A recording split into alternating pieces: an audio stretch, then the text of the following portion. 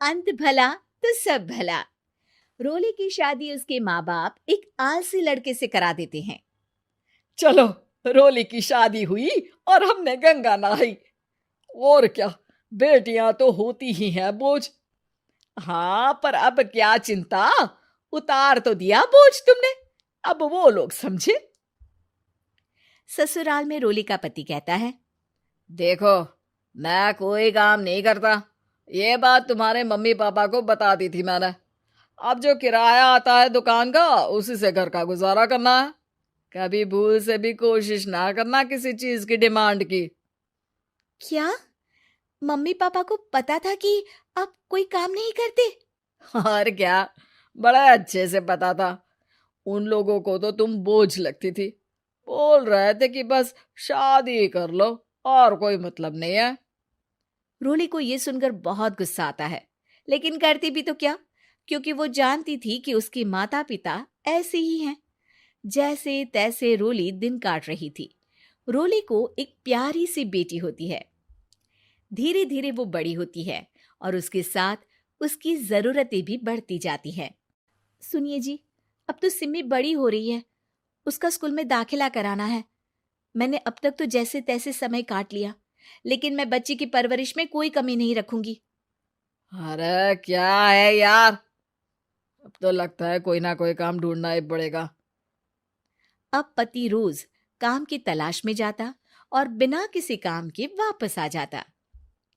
रोली समझ जाती है कि पति के अंदर अब काम करने की क्षमता नहीं है। वो बेटी को उच्च शिक्षा देने के लिए कुछ करना चाहती थी, लेकिन करती तो क्या करती। एक दिन रोली की सहेली कहती है, रोली, मेरी कोई औलाद नहीं है। अगर तू मेरी औलाद को जन्म दे तो मैं तुझे तेरे मुंह मांगे पैसे दूंगी। अरे, तेरी औलाद को मैं कैसे जन्म दे सकती हूँ? सरोगेसी से। बच्चा मेरा और वैभव का ही होगा, लेकिन कोख तेरी होगी। ये संभव है रोली। रोली कुछ सोचकर कहती है, मुझे मंजूर है, लेकिन मैं इसका 2 लाख रुपया लूंगी। अरे कोई बात नहीं, मुझे मंजूर है। रोली खुश हो जाती है कि एक बच्चा पैदा करने का उसे 2 लाख रुपया मिलेगा। वो घर आकर पति को बताती है, वो भी खुश हो जाता है। अब क्या था, डॉक्टर के पास जाकर सहेली का बच्चा रोली की कोख में पलने लगता है। मुझे 20,000 चाहिए मेरे बेटी के एडमिशन के लिए। हाँ हाँ ठीक है, मैं उसके एडमिशन से लेकर सारे खर्चे उसके अकाउंट में डाल रही हूँ। रोली की बेटी का एडमिशन हो जाता है। रोली को लगता है कि वो अब सब कुछ ठीक कर देगी। दिन और महीने आगे बढ़ते हैं। अब एक दिन, एक बात कहूँ जी, काश इस बच्चे को मैं रख पाती। मैं अब इससे काफी जुड़ गई हूँ। अरे यार, पता नहीं किसका बच्चा है, अपने पास है ना अपनी मुन्नी। हाँ, लेकिन अब मैं भी इस बच्चे से जुड़ाव फील करने लगी हूँ। लेकिन मैं ये जानती हूँ कि ये मेरा बच्चा नहीं है। दोनों की जिंदगी ठीक चल रही थी, लेकिन कहते ना कि सुख का पल ज्यादा लंबा नहीं होता। एक दिन रोली की सहेली का फोन आता है। रोली, मुझे अब ये बच्चा नहीं चाहिए, मैं अपने पति को छोड़ रही हूँ। अरे लेकिन मुझे पैसों की जरूरत है, बच्चा तुम्हारा है, मैं क्या करूंगी? सहेली बिना कुछ बोले फोन काट देती है, फोन स्विच ऑफ कर देती है। लेकिन रोली के जीवन का तूफान यहीं नहीं रुकता। रोली, मैं इतना भार नहीं उठा सकता। आज पढ़ाई का पैसा मांग रही हो, कल को शादी, कॉलेज और पता नहीं क्या क्या। मैं तुम्हें छोड़ रहा हूँ, अपनी बच्ची उठाओ और निकलो इस घर से। अरे पर मैं कर तो रही हूं ना बच्चे के लिए काम, आप आराम से रहिए ना। क्या काम कर रही हो, देख रहा हूं मैं। ये छोटा शहर है, यहाँ लोगों को बात बनाते वक्त नहीं लगता। तो मैं क्या करूं? ज्यादा पढ़ी लिखी नहीं हूं, कैसे घर के खर्चे चलाऊं? और आप तो काम करना ही नहीं चाहते। हाँ, ना चाहता हूं और ना ही करूंगा। रोली को पति की बात पर काफी गुस्सा आ जाता है। ठीक है, अगर मेरे जीवन में संघर्ष ही लिखा है तो वही सही। इस वक्त पति होने के नाते आपको मेरा साथ देना चाहिए था, लेकिन नहीं, आपने तो इस हाल में मुझे घर से बाहर निकालने की बात कह डाली। देखो, ये सारी फालतू की बातों के लिए वक्त नहीं है मेरे पास। रोली, जिसकी कोख में किसी और का बच्चा था और साथ छोटी सी बेटी, पति का घर छोड़कर रास्ते पर आ जाती है। रोली के पास मायके के सिवा दूसरा कोई रास्ता नहीं होता। अरे रोली कैसी है? कितने दिनों के लिए आई है? हमेशा के लिए माँ। वो माँ को सारी बात बता देती है। ओए लड़की, इतनी हिम्मत का काम कर लिया। अरे ना ना, यहाँ कोई जगह नहीं है। तुम तो अपना बोरिया बिस्तर उठाओ और निकलो यहाँ से। रोली के पास अब मायके का रास्ता भी नहीं बचता। वो चुपचाप बच्ची को लेकर जा रही थी कि उसे दर्द होता है और वो डॉक्टर के पास चली जाती है और फिर वहां वो एक प्यारे से बेटे को जन्म देती है। कितना प्यारा है, कितने अभागे हैं इसके माँ बाप जो इसके पैदा होने पर भी नहीं है। तभी वहां डॉक्टर आ जाती है। रोली, बच्चे के पिता तुमसे मिलना चाहते हैं। आपका बहुत बहुत शुक्रिया। मैं इस बच्चे को पालूंगा। भले ही इसकी माँ ने इसे छोड़ दिया हो, पर मैं अपनी जिम्मेदारी निभाऊंगा।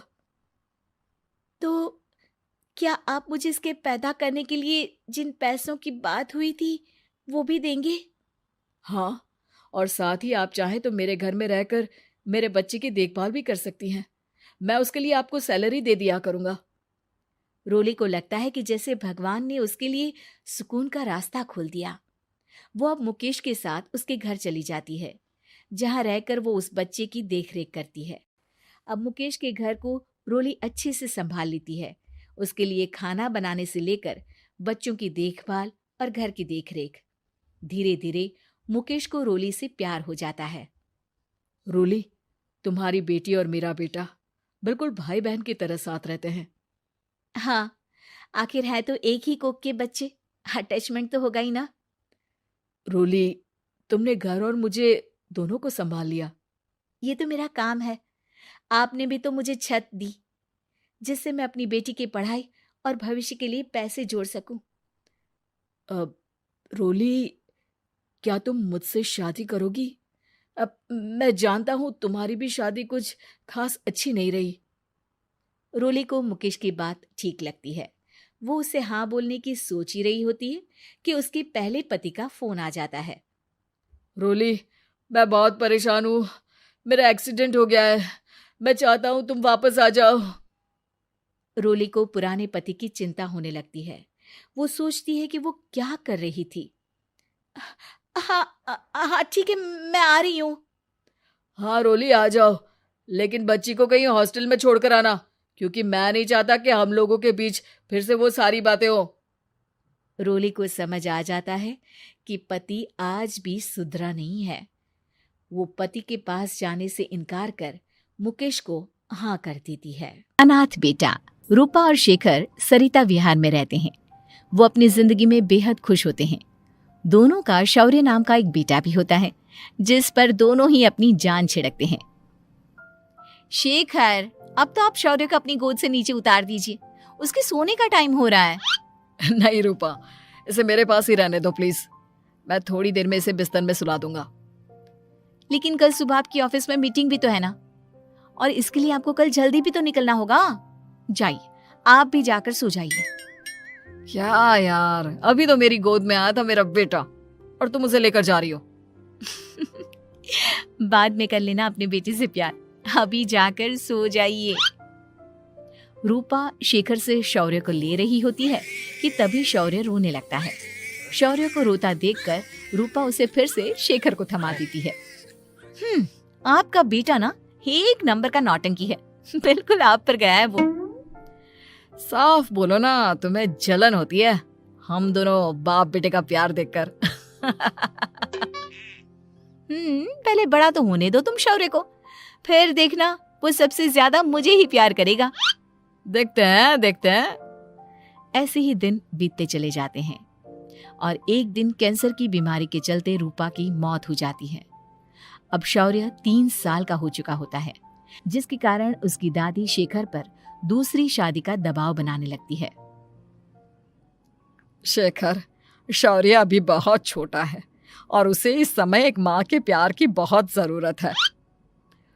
माँ, मुझे दूसरी शादी नहीं करनी। क्या पता जो दूसरी औरत आएगी वो मेरे बेटे को एक माँ का प्यार दे या ना दे।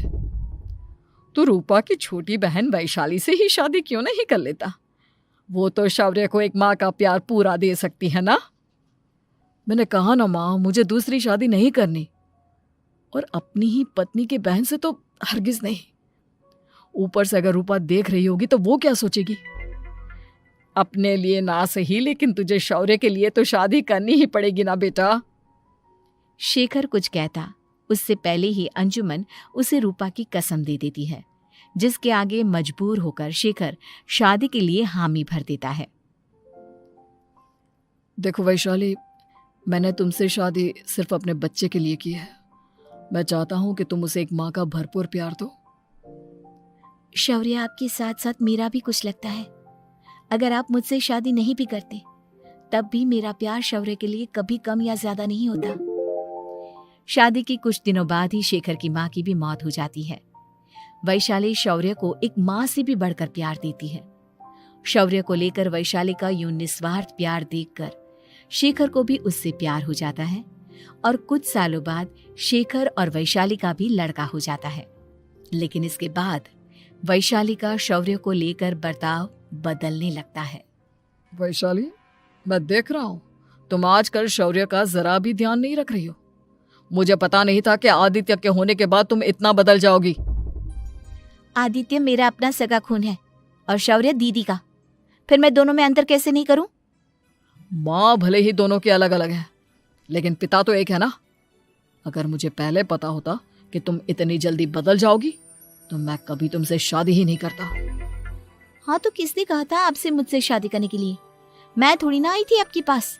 आपकी माँ ही आई थी मेरे घर आपका रिश्ता लेकर। वैशाली, मुझे तुमसे ऐसी उम्मीद नहीं थी। गुस्से में शेखर अपना पैर पटकता हुआ शौर्य को वहां से लेकर चला जाता है। पापा, मम्मा मुझसे प्यार क्यों नहीं करती? क्या मैं उनका सगा बेटा नहीं हूँ इसलिए मुझसे प्यार नहीं करती? मम्मा नहीं करती तो क्या हुआ बेटा, पापा तो करते हैं ना आपसे प्यार। कुछ दिनों के बाद, आज तुझे खाना पीना कुछ नहीं मिलेगा। चल चुपचाप से अपने रूम में जाकर सो जा। माँ, अब भाई को खाना क्यों नहीं दे रही हो? बेटा, तू आराम से खाना खा। इस नालायक की चिंता मत कर। एक दिन खाना नहीं खाएगा तो मर नहीं जाएगा ये। अगर भैया नहीं खाएंगे तो मैं भी नहीं खाऊंगा। तू अपने भाई का भक्त क्यों बन रहा है? ये तेरा सौतेला भाई है, सगा नहीं जो तू लक्ष्मण बन रहा है। माँ, आपको इतना भी नहीं मालूम? श्री राम और लक्ष्मण सगे भाई नहीं थे। श्री राम माता कौशल्या और लक्ष्मण माता सुमित्रा की कोख से जन्मे थे। दोनों के सिर्फ पिता एक थे, लेकिन माँ अलग थी। मुझे ज्यादा ज्ञान देने की जरूरत नहीं है। ये सतयुग और त्रेता युग नहीं है, समझे? आया बड़ा भाई का चमचा।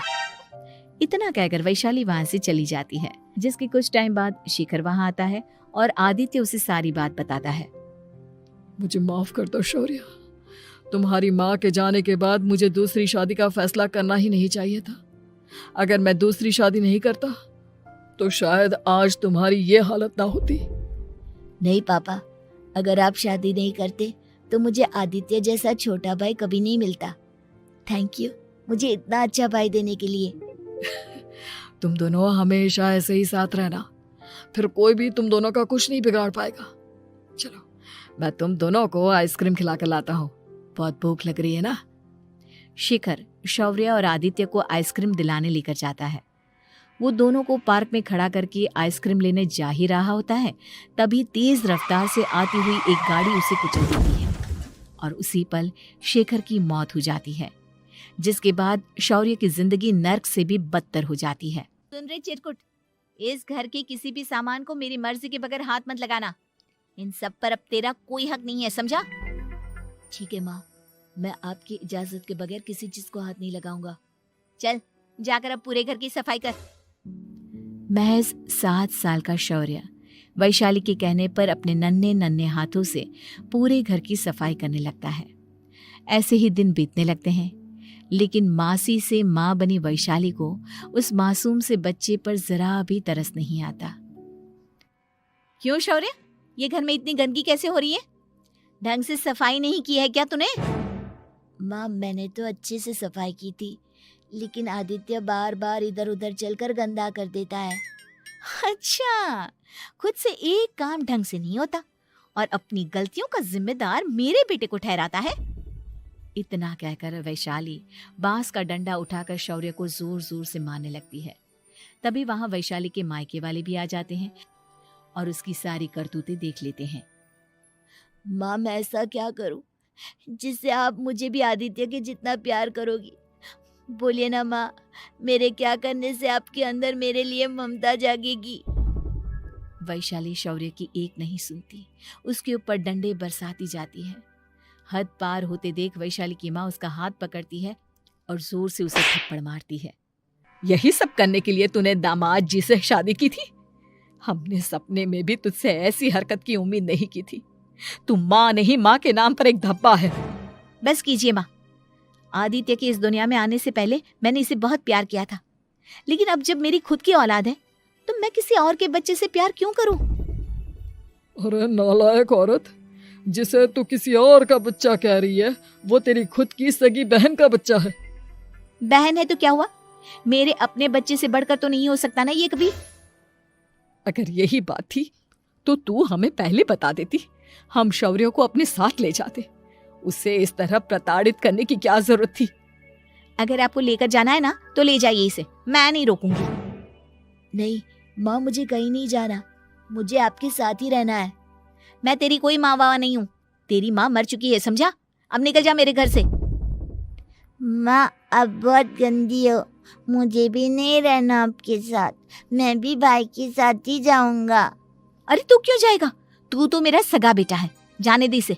हम यहाँ ऐश से रहेंगे। तुम्हारे पापा बहुत सारी जमीन जायदाद छोड़ गए हैं तुम्हारे लिए। नहीं माँ, मुझे भाई के साथ जाना है।